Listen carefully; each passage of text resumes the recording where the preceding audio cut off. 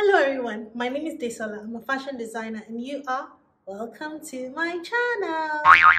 So today I'm talking about ways you can start your ready-to-wear business. There are certain things that you need to have in place when you want to start a ready-to-wear business. First of all, you need to consider what kind of ready-to-wear business you want to run. And after you have found out what kind of ready-to-wear business you want to run, you need to find out how you want to sell your ready-to-wear pieces. Are you going to go online? Are you going to go brick and mortar? You need to consider how you're going to produce your garment that you want to sell. You need to consider who your target market is, your ideal customer, your target audience. Who do you intend to sell these clothes to? What kind of lifestyle do they live? Where can they be found? What kind of ways do they want to look? What kind of ways do they want to dress? You need to consider all those things as well. You also need to consider how you're going to source your fabric, how you're going to go about your production, which is the main thing in ready-to-wear. Two things that stand out in ready-to-wear is production and sales. You know, when you're selling in ready-to-wear, when you're making sales in ready-to-wear, you need to have where you can have a consistent production. So if you're outsourcing, if you're doing it in-house, these are things that you need to consider because these are very, very, very critical to a ready-to-wear business. You also need to consider registering your business. It's very important that you register your business so that you can take your business seriously, so that other people can take your business seriously. When you want to open a business account in a bank, one of the things they will ask you is your business registration certificate. So you need to have that in place so that people can take your business seriously, so that you can also take your business seriously as well. You also need to consider having a name for your business, basically. And the name you're going to give your business should be something that, you know, you see yourself being able to identify with it years from now. It can't be a name that you give yourself, you give your business, and a couple of years from now you say, oh, I want to change my name, my business name, or the name of my ready-to-wear business, because I feel like I've outgrown it. Because when you start a ready-to-wear business, you can't determine how far it's going to go or how big it's going to get. So if you're lucky and your business spirals out of control within a short period of time, you need to be prepared. And being prepared is also having the right and appropriate name for your ready-to-wear business. You also need to consider the fact that doing a ready-to-wear business is not just about producing clothes and just selling. There's so many people doing ready-to-wear. There's so many people in this fashion industry. What makes you stand out? What makes people buy from you instead of the other person? What are you specializing in? What do people know you for?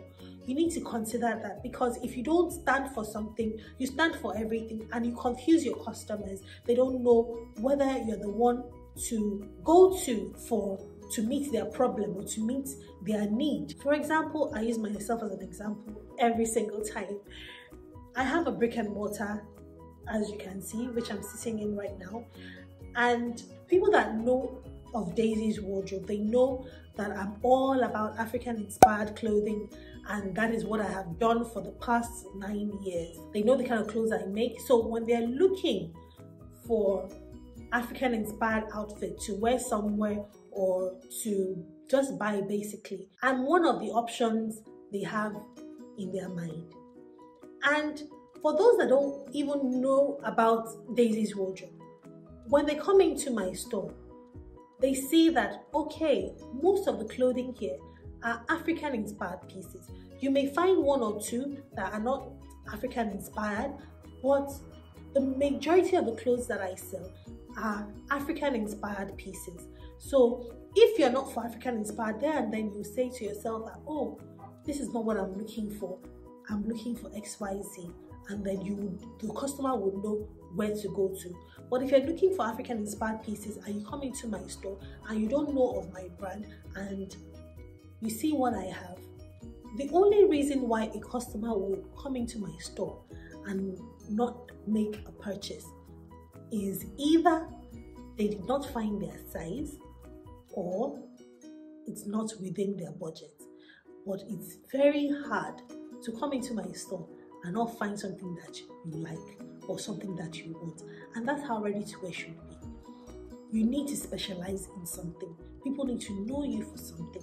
It doesn't necessarily have to be African inspired. It could be anything. It could be workwear, it could be suits, it could be children's wear, it could be t-shirts, it could be anything. There's so many things.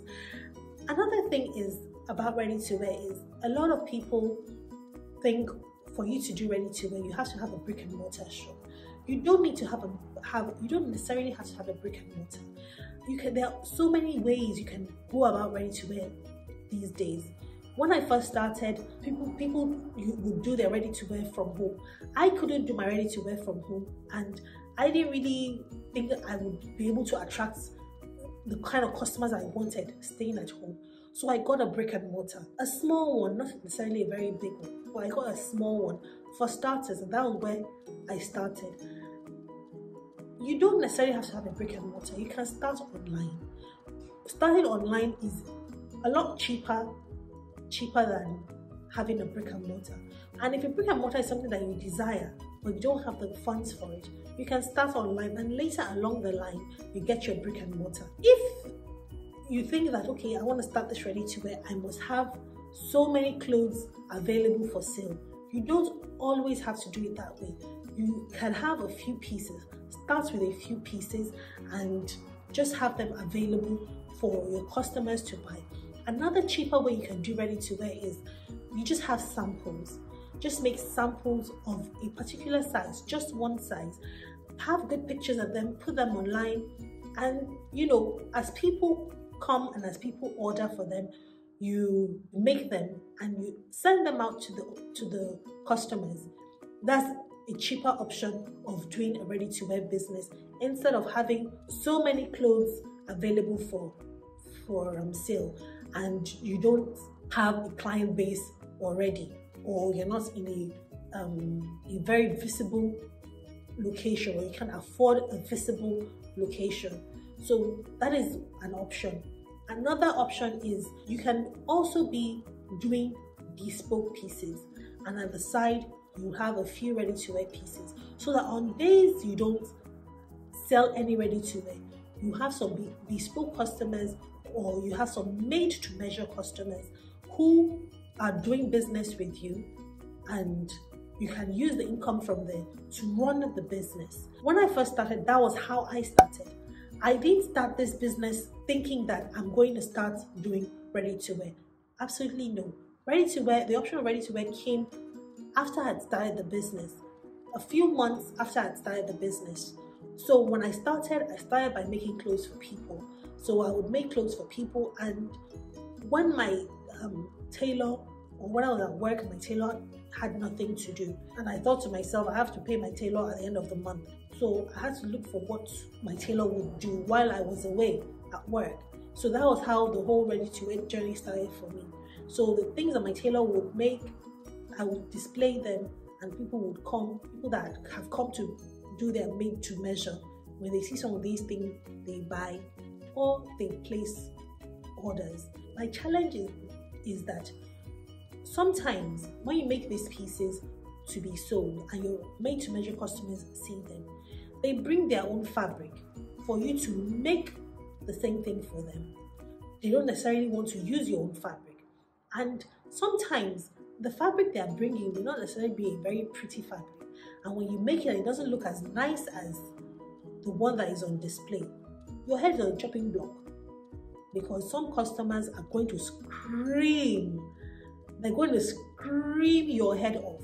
So these are things you need to consider and think about as you're starting this ready-to-wear business. Other ways that you can start this ready-to-wear business is approaching fashion retail outlets.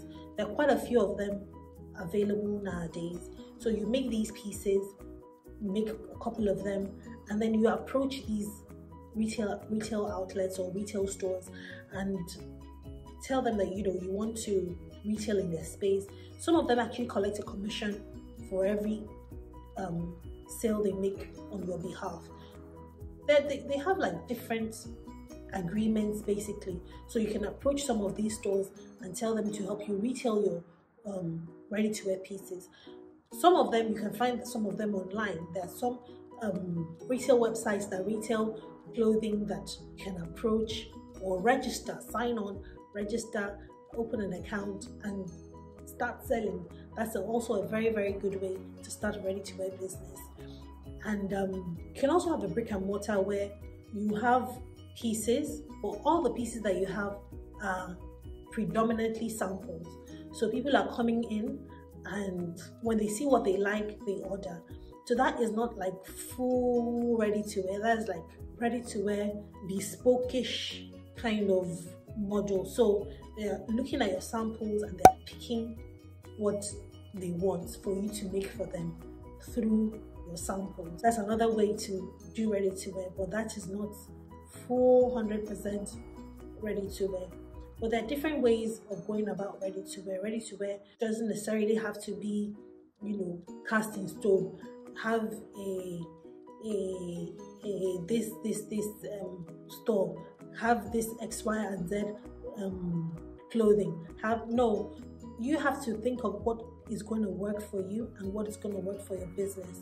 So I hope my video was very helpful today. If you want to see more videos about starting a ready-to-wear business, I have so many other videos that you can watch, and I have a playlist dedicated just to my videos on fashion business, ready-to-wear fashion business, so you can check that out as well. Thank you for watching my video. I really, really appreciate you watching my videos, and thank you for everything. If you haven't subscribed, please subscribe to my channel and put on the notification bell so that you will know when I upload a video. Thank you so much. God bless you, and I'll see you next week. Bye.